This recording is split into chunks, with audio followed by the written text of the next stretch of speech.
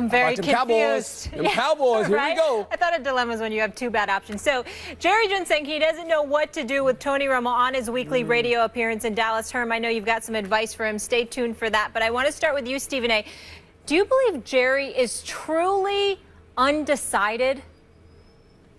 Yes, emotionally, not business-wise. Business-wise, it's going to come down to money. He's going to do what he's going to do. We all know this because he's not going to have a choice, particularly in a hard cap that is the National Football League.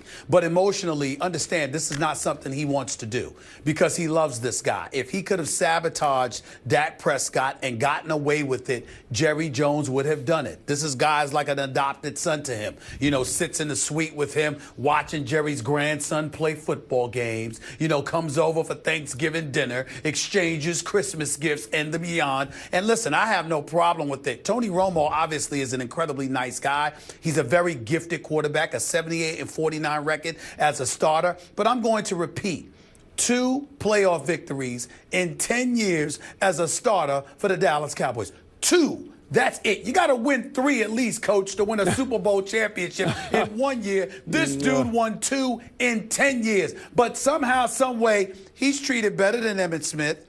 He's treated better than primetime Deion Sanders. He's treated better than Michael Irvin. He's treated better than Troy Aikman, who delivered you 3 Super Bowls. See, that's the travesty in all of this that nobody brings up. Jerry Jones gave us the impression he wasn't just a hype machine personified or anything like that. He was and he wasn't just a businessman. He was somebody who greatly, greatly appreciated winners. It meant everything to him if they were not Jimmy Johnson. If you're Jimmy Johnson, you can win 2 Super Bowls and I can still get rid of you because I want the credit. I don't want you to get all of it. So let me bring Barry Switz in here because everybody's going to know it's my players and I'm the one that brought them here and cut the check and all this other stuff. I'm the president, the GM, and a pseudo coach. So I'm going to get credit in the end. And that's what he did, which is why they haven't won a Super Bowl title in the last 22 years with their irrelevant, pathetic selves. But in the end, what it comes down to is very, very simple. Jerry Jones makes exceptions. If he loves you, if you touch his heart, if he's moved by you, then that supersedes dudes who actually win for you. And that is exactly what the case is here. Dudes who have delivered titles to this man are treated worse than a dude that can barely win a damn playoff game in his career. But it's Jerry, so obviously it's news. It's quite pathetic. Jerry Jones has not made up his mind to answer the question. He has not. He doesn't know. But if you don't like Jerry Jones, and I'm not one of those people, and I don't think, Stephen A., you are either, or a lot of people who criticize the Cowboys don't like him. His ego has interfered. Yeah, his ego, because he thinks he's a coach and he thinks he knows more football than he actually knows, apparently, has interfered with the Cowboys winning in the last 22 years to the extent that they might have. But they've won more than some. They haven't been awful. So he has a big ego, obviously, and that sometimes comes first.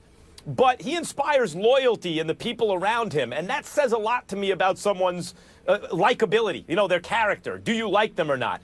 So I find him hard to truly dislike. But if you dislike Jerry Jones, you'll enjoy this because he's powerless right now. Jerry Jones, the owner of the Cowboys, is completely, utterly powerless. He doesn't know what he's going to do, but I know what he's going to do. Dak Prescott will start next season. There's nothing that's going to change that, no matter what Jerry Jones wants. So he'll spin it around in his head a million times, and in the end, he'll land on Dak Prescott because that's the reality. I don't dislike Jerry Jones, but if you do, you'll enjoy this because as big as his ego is, the thing he dislikes most, I'm sure, is to, in fact, have no power in the situation. This is a fait accompli. Dak's the starter. You guys make great points, and he has an emotional decision that he has to make, and he's struggling with it. What is he going to do with Tony Romo, obviously? And there's a lot of rumors out there, certain teams. If I'm Jerry, it's real simple, and he mentioned it. He said this Dallas Cowboy team is built for Tony Romo. Well, if it's built for Tony Romo, a couple things come into mind. What team is similar to this that needs help? Buffalo Bills. They have Tyrod Taylor up there. They're not going to pay him the $15 million that he's due, probably March 12th. Probably going to cut him. Do you work a deal with the Buffalo Bills? Because when you think about the Buffalo Bills, understand this. The #1 running team in the National Football League, Buffalo Bills. The #2 running team in the National Football League, Dallas Cowboys. So they have an offensive line. They have an outstanding runner. They have some perimeter players, have a defensive head coach that's going there, and Sean McDermott, who was in the NFC East, who faced Tony Romo many a Sunday. He understands what Tony Romo brings to the table. You have a veteran quarterback. You have a team that hasn't been in the playoffs since 1999. You get Tony Romo in Buffalo, all of a sudden, you have some energy. Now, I understand you're playing for second because Captain America owns that division. But here again, they haven't been in the playoffs since 1999. Well, Coach, here's where I disagree with you. Yes. And you would know this better than me, but even though you played football and I did it, and you know football because you are a coach and a player, I got you on this one, Coach. Are you ready? I want you to brace yourself. I want you to brace yourself. Max, you're going to laugh at this, too. Coach Herm Edwards. Yes, sir. Where do you live? Oh, you're going to say weather. Hold on, where do you live, Coach? Carmel, California. And it's raining right now. And Coach, and that weather out there that you experience out in Cali, how does your skin feel when you come to Bristol? Her whole career. How do you feel, Coach? Coach, how do you feel? How do you feel when you come to Bristol? When you come to Bristol, right now, and not you real step good. out in that weather. Not real good. It's cold. Not real good. Now, Coach, Coach, Coach got you on the ropes.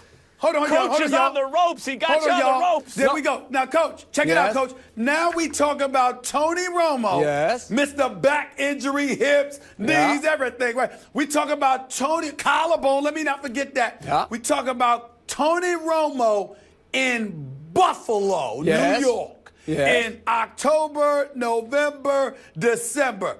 You sure you want him there, Coach? Well, Buffalo? Stephen A., what is he going to do? He's going to do this a lot. He's going to turn around and hand it to the runner.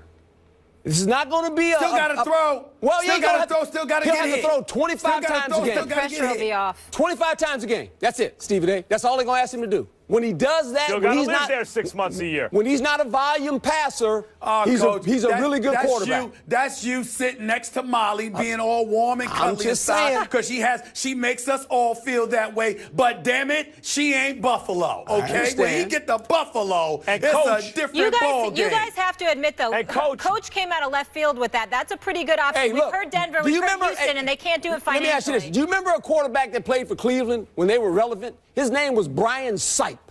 You know what school he went to? San Diego State. So, sun's always shining, palm trees. He played for the Cleveland Browns. And he played in the winter. That's that positivity that I was alluding to when I brought up Molly. That's that positivity. They're making everybody feel good. You see what I'm saying? Let's find the silver lining. Y'all need to stop that nonsense. Max Kellerman, you too. Stop acting like this cold weather don't affect y'all when y'all was used to being in warm weather. It affects everybody, Stephen A. Y'all need to stop it makes you tougher. It makes you better. Seriously. That cold weather matters, man. On the East Coast you can't send Tony Romo to Buffalo. And the cold weather alone will have him hurt by week 3. You got to be crazy. The Buffalo idea is very interesting, and it makes sense when you say it. But to Stephen A's point, there are other destinations that also make sense that aren't frozen over for those 6 months. Including Houston, including Denver. Look, this is business. When you trade Tony Romo, if you're going to trade him, you have the ability to get this. You can move up to 10. Buffalo has the 10th pick. You move up to 10. Are they willing to give a 10th pick for Tony Romo? They probably are. You're not going to get a rookie quarterback to play in it. You need a quarterback right now that has some gravitas, that brings energy to your stadium, and it's Tony Romo. He's the veteran guy that's out there.